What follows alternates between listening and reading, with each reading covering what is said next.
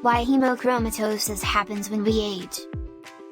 The female body is ruled, or many would argue ruined, by the several stages of sexual development and progression from pre-adolescence to post-menopause.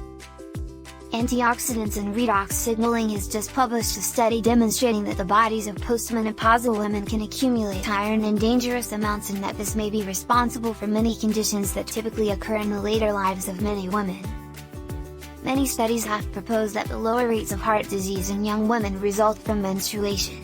As their bodies dump iron in menstrual blood, their risk of heart disease decreases. But there is a downside. Researchers from NYU School of Medicine and Estee Lauder Research Laboratories in New York performed a review of the available literature studying the relationship between menopause and iron levels to determine whether iron could be responsible for some of the most common postmenopausal health conditions. Until recently, estrogen deficiency has been considered the main cause of these conditions.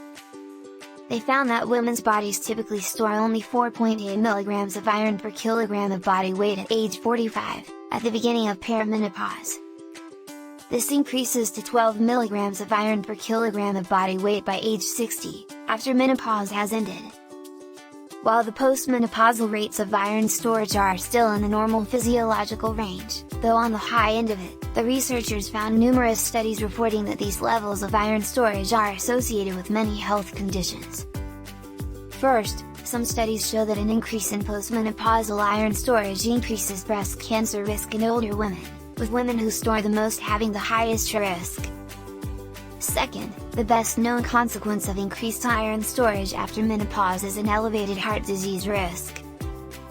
Third, since hormone replacement therapy works poorly to combat hot flashes in women near the end of menopause, the researchers speculated that iron overload could actually be responsible for hot flashes, instead of estrogen.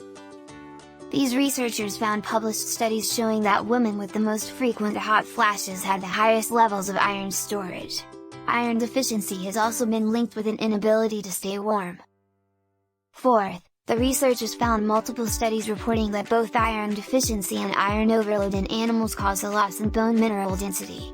They also discovered many studies demonstrating that people with hemochromatosis were substantially more likely than the general population to suffer from osteoporosis, proving that excessive iron storage may be the cause.